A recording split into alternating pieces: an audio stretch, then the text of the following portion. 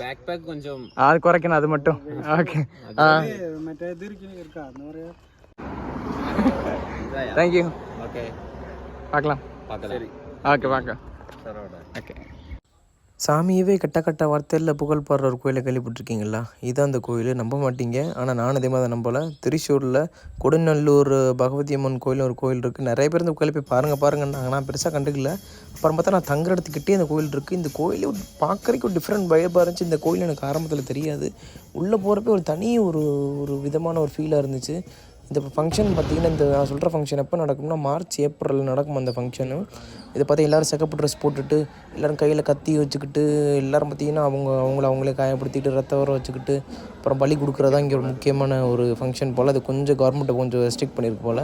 பலி கொடுக்குறது அதை அப்படியே ஓடி சுற்றிலாம் வருவாங்க. சுற்றி வரப்போ பார்த்திங்கன்னா அப்படியே கெட்ட வார்த்தையில் அந்த சாமி வழி துதிப்பாடுறது தான் இதோட வழக்கமாக. இது இப்போ ஒரு காளி கோயில். அந்த காளி யாரான்னு கேட்டால் நம்ம இவங்க கண்ணகியோட கதை இங்கே உள்ளே வருது. கண்ணகியோட மறு பிறப்பு தான் இந்த காளி அப்படின்னு சொல்லி. இந்த தாரகோடர் மன்னன் இருந்தானா, மன்னன் ரொம்ப டார்ச்சர் பண்ணிக்கிறான் எல்லாத்தையும். அப்போ தான் இந்த சிவன் வந்து இந்த காளி அனுப்பிச்சதாகவும் அப்படி ஏதாவது சொல்கிறாங்க.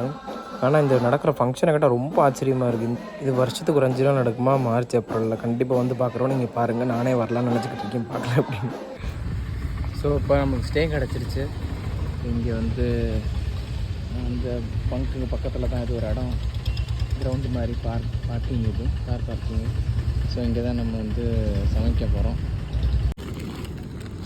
இது ஏதோ வாங்கினேன் 20 ரூபா. அது நல்லா இருக்குமான்னு தெரில.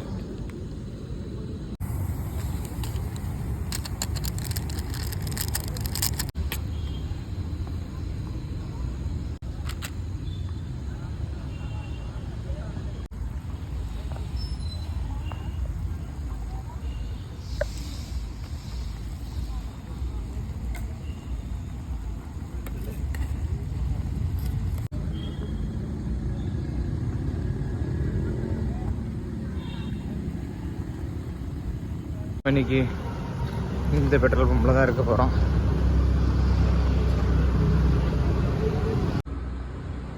ஸோ இன்னைக்கு மெயின் ரோடு.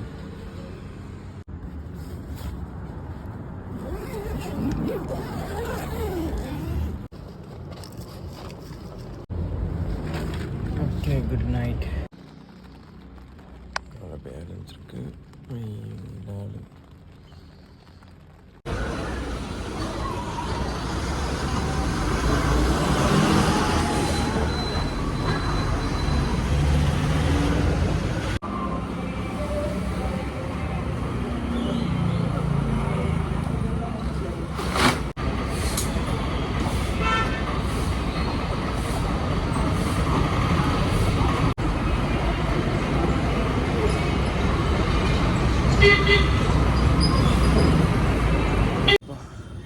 நேற்று நல்லா தூங்கியாச்சு. நேற்று அவ்வளோ டிராஃபிக்லேயும் சரியான வெக்க. நேற்று நைட்டு அந்த ரெயின் கவர் வேறு போட்டுட்டேன்.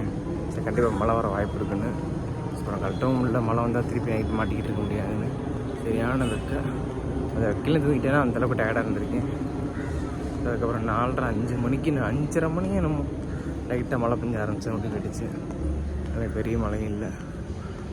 போய் லைட்டாக காஃபியை போட்டுட்டு அடுத்து அதிரப்பள்ளி ஃபால்ஸ், பாகுபலி ஃபால்ஸ். குளிக்க முடியுமான்னு தெரிலாங்க, பட் குளிக்கலான்னு சொன்னாங்க. பட் இப்போ ஏதோ குளிக்க முடியாது, ஏதோ கட்டியிருக்காங்கன்னாங்க. போய் பார்த்துட்டு குளிக்க முடிஞ்சால் குளிச்சிரும். குளிக்க வேணும், நீ குளிக்கணும் கண்டிப்பாக. ஸோ இப்போ அதிரப்பள்ளி ஃபால்ஸ் போகிறோம். இறங்கியானக்குடின்னு ஒரு இடம் போய் அங்கேருந்து எங்கேயாச்சும் இடம் போகிறோம். அடுத்த ஸ்பாட்டு சாலக்குடி. இறங்கியானக்குடி, சாலக்குடி, அப்புறம் அங்கேருந்து அதிரப்பள்ளி ஃபால்ஸ்.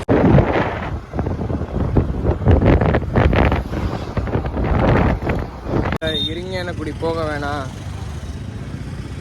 சாலக்குடிக்கு வேறு ஒரு, சாலக்குடி அதிரப்பள்ளிக்கு வேறு ஒரு ஷார்ட்கட் இருக்குதுன்னு சொல்லியிருக்காங்க. அந்த ஷார்ட்கட் இதுக்குள்ளே. ஆனால் இப்போ என்னென்னா இது வந்து சந்து மாதிரி இருக்குது. ஏன்னா இதில் பாப்பா லிஃப்ட்டு கிடைக்கிறதா இல்லை பிரச்சனை. சாப்பிட்றது வாங்கிட்டு போயிடுவோம். எல்லாம் இங்கே வந்து ப்ரெட்டுன்னு கேட்டோன்னே எடுத்தோன்னே எக்ஸ்பிரி டேட்டை பார்த்துருங்கன்ட்டாங்க. எடுத்து இவங்களே. ஓகே, எக்கு எவ்வளோ வேணும்? எக்கு ஒரு 3 எக்கு. 3 கோழி மட்டும் வரைக்கும் 18 ரூபா எக்கு. கவரே நம்மளுக்கு இங்கே கிடையாது. ஸோ இந்த மாதிரி தான் இப்போ நம்ம ஒரு வழியில் நம்ம ட்ராவலர்னால அது கொடுத்துருக்காங்க. இல்லை யாருக்கும் தர மாட்டாங்க, வாங்கிக்கணும் அதை. ஓகேடா, தேங்க்யூ.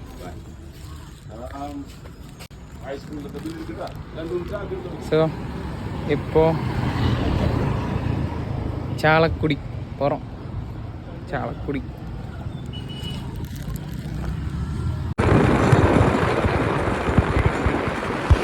சொல்லி வந்தோம். ஆனால் இங்கே என்னென்னா இது வந்து பார்த்தா உள்ளுக்குள்ளே இருக்குது. ஸோ இங்கே ஹைவேஸ்னால் லிஃப்ட் ஈஸியாக கிடைக்கும் ஓரளவுக்கு. உள்ளுக்குள்ள ஆள் வந்தால் தான் போச்சு.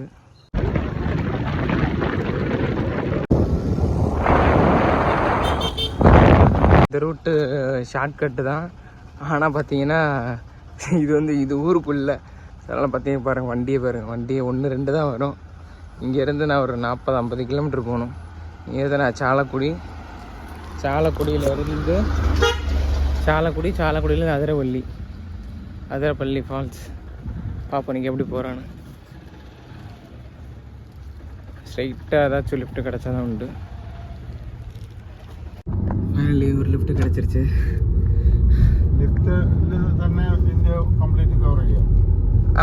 நடந்து லிஃப்ட் அடிச்சு கவர்.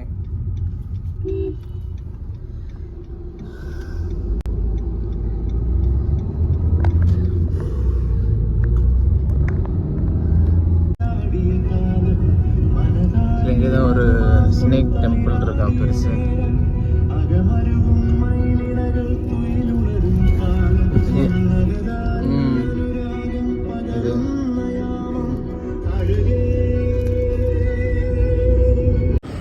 தேங்க்யூ சேட்டா, தேங்க்யூ. ப்ரொஃபஸர் போல நல்ல வழிக்கு நம்மளை வந்து ஒரே ஃபுல் ஸ்ட்ரெச்சை வந்து இறக்கி விட்டார். இல்லைன்னா ரொம்ப கஷ்டமாக இருக்கும். ஆனால் நம்ம உள்ளே வந்தது பார்த்திங்கன்னா மெயின் ரோடு கிடையாது. அது வந்து ஒரு மாதிரி இந்த ஏரியா சிட்டிக்குள்ளே வராமல் கொஞ்சம் உள்ளுக்குள்ளே வருது.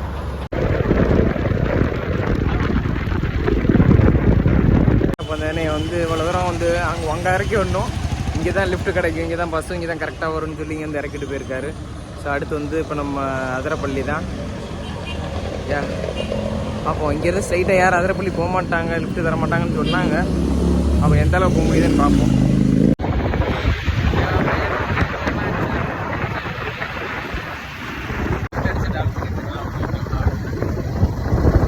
காலையில் கொடுங்கல்லூர்லேருந்து கிளம்பி அதிரப்பள்ளி ஃபால்ஸ் வர்றதுக்கு எத்தனை கிலோமீட்டர்னே பார்க்க மறந்துட்டேன். ஆக்சுவலி கொடுங்கல்லூர்லேருந்து இருக்கங்குடியிலேருந்து சாலக்குடியிலேருந்து அதிரப்பள்ளி மொத்தம் 50 சில்லரை கிலோமீட்டர் போல். அது எல்லாமே மெயின் கிடையாது, எல்லாமே இந்த மாதிரி சிட்டிக்குள்ளே வர மாதிரி தான் இருக்கும். அதான் நான் காரில் வந்த இனிமேல் 20 கிலோமீட்டர் வந்துருச்சுன்னு நினச்சிட்டேன். இங்கே வந்த பிறகு தான் தெரியுது, சாலக்குடி வந்த பிறகு தான் தெரியுது இங்கேருந்து 35 கிலோமீட்ரு. ஸோ இன்னும் நம்ம அதிரப்பள்ளி ஃபால்ஸ் போகிறதுக்கு 30 கிலோமீட்டருக்கு மேலே போகணும். சர்ச்சு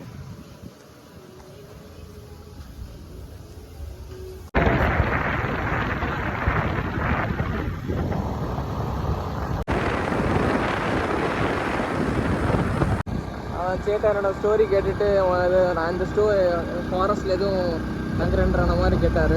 இங்கே போகிற எலிஃபெண்ட்லாம் இங்கே இருக்குமா? இங்கே இது ஒரு பார்க்கு சாலக்குடி. இதில் என்ன டேம் உண்டோ?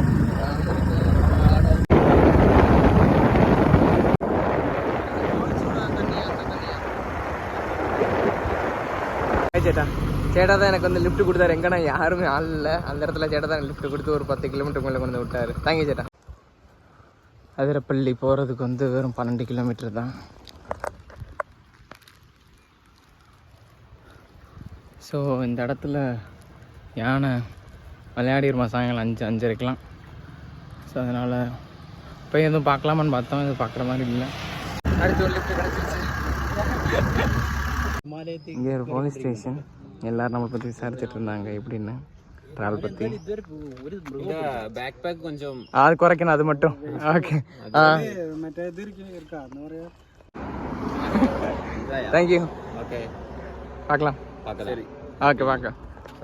ஓகே, இன்னும் 5 கிலோமீட்டர். லிஃப்ட் எதுவும் கிடக்கல. இவ்வளோ போலீஸ் பாருங்க அங்கே. இவ்வளோ போலீஸ் இருந்தால் எப்படி லிஃப்ட் கொடுப்பாங்க பாருங்க, எவ்வளோ பேர் நிற்கிறாங்க. அதனால் லிஃப்ட்லாம் இங்கே ரொம்ப கேரளா வந்து கொஞ்சம் இந்த மாதிரி விஷயத்தில் ரொம்ப ஸ்ட்ரிக்ட்டு. அங்கேயே 2-3 பேர் நின்றுட்டு இருக்காங்க பிடிச்சி வச்சு.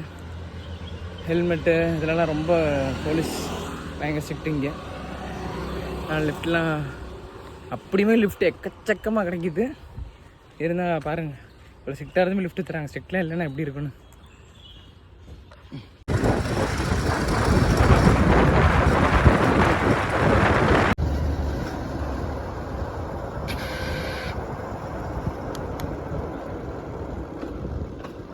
சேட்டாவோட வீடு வந்து ஒரு 4 கிலோமீட்டர், மதுரப்பள்ளி ஃபால்ஸ் வந்தாச்சு. சேட்டாவோட வீடு ஒரு 4 கிலோமீட்டர் முன்னாடி.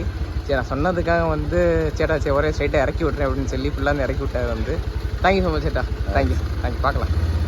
இவர் மதுரப்பள்ளி ஃபால்ஸ் வந்தாச்சு ஃபஸ்ட்டு. ஆக்சுவலான்னு பார்த்தீங்கன்னா ஒரு வீடு வந்து 1 கிலோமீட்டர் தான் லிஃப்ட்டு தரேன், வீடு 1 கிலோமீட்டரில் வந்துடும் அப்படின்னு சொல்லிட்டாரு. அப்புறம் நான் வந்து சரி ஓகே சேட்டா அப்படின்னு சொல்லிட்டேன். திடீர்னு பார்த்தா வந்துக்கிட்டே இருந்தார். சேட்டா எங்கே இறக்கி விட போகிறீங்க அப்படின்னா, நான் ஸ்ட்ரைட்டாக இறக்கி விட்றேன் சொன்னேன்ல அப்படின்னாரு. ஸோ அதனால் வந்து 1 கிலோமீட்டர் தான் ஒரு வீடு. ஆனால் ஃபுல்லாக சரி ஒரு தடவை நீங்கள் லிஃப்ட்டு கேட்டு போக வேணாம், ஸ்ட்ரைட்டாக ஒரே நானே இறக்கி விட்றேன்னு சொல்லி இறக்கி விட்டார். ஏன்னா அது வரைக்கும் நான் ஒரு 7-8 லிஃப்ட்டு கிட்ட வந்திருப்பேன். இப்போ 2 காரு, ஒரு கார் நினைக்கிறேன், 5-6 வண்டி. கடைசியாக வரப்போ சரி சேட்டை ஃபுல்லாக இறக்கி விட்றேன்ட்டார். நல்லது.